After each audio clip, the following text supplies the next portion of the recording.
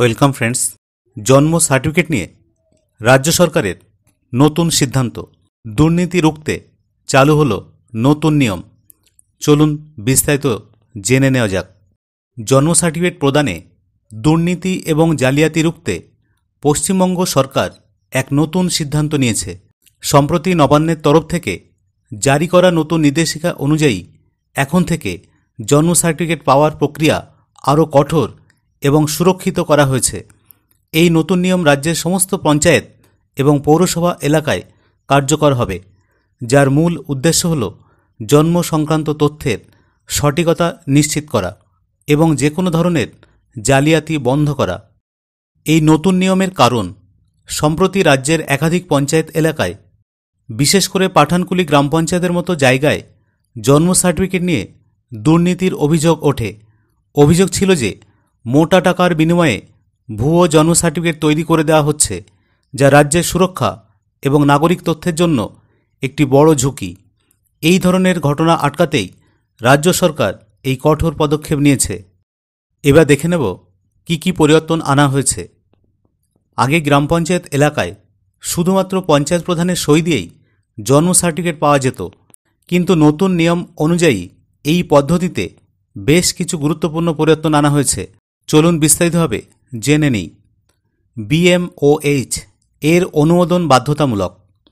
এখন থেকে আর শুধু পঞ্চায়েত প্রধানের সই যথেষ্ট নয়, জন্ম সার্টিফিকেটের আবেদনপত্রটি প্রথমে সংশ্লিষ্ট ব্লকের block medical officer of health এর কাছে অনুমোদনের জন্য পাঠাতে হবে।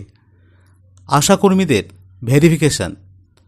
আবেদন জমা পড়ার পর এলাকার আশাকর্মীরা আবেদনকারীর বাড়িতে গিয়ে শিশু এবং তার পরিবারকে পরিদর্শন করবেন। তারা নিশ্চিত করবেন যে শিশুটির অস্তিত্ব সঠিক এবং প্রদত্ত তথ্য সঠিক। এই ভেরিফিকেশন রিপোর্টটি সরাসরি BMOH এর কাছে জমা দেওয়া হবে।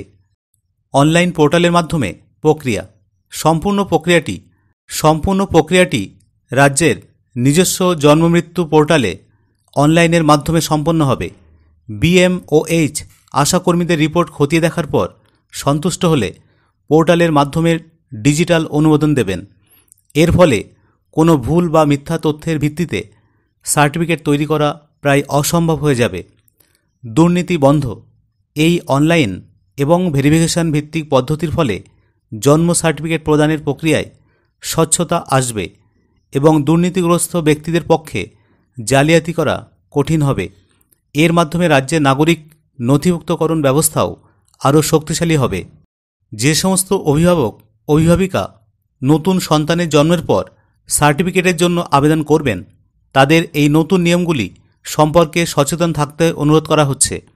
আবেদন করার সময় সঠিক তথ্য প্রদান করুন এবং আশাকর্মীদের ভেরিফিকেশনের সময় সম্পূর্ণ সহযোগিতা করুন। এই নতুন ব্যবস্থা হয়তো কিছুটা সময় সাপেক্ষ হতে পারে, কিন্তু এটি আপনার সন্তানের ভবিষ্যতের জন্য একটি সুরক্ষিত এবং প্রামাণ্য নথি নিশ্চিত করবে। রাজ্য সরকারের এই পদক্ষেপকে সাধুবাদ জানানো উচিত, কারণ এটি একটি সুরক্ষিত সমাজ গঠনে সাহায্য করবে। সুতরাং বন্ধুরা, ভিডিওটি ইনফরমেটিভ মনে হলে অবশ্যই লাইক, শেয়ার ও কমেন্ট করবেন। ধন্যবাদ।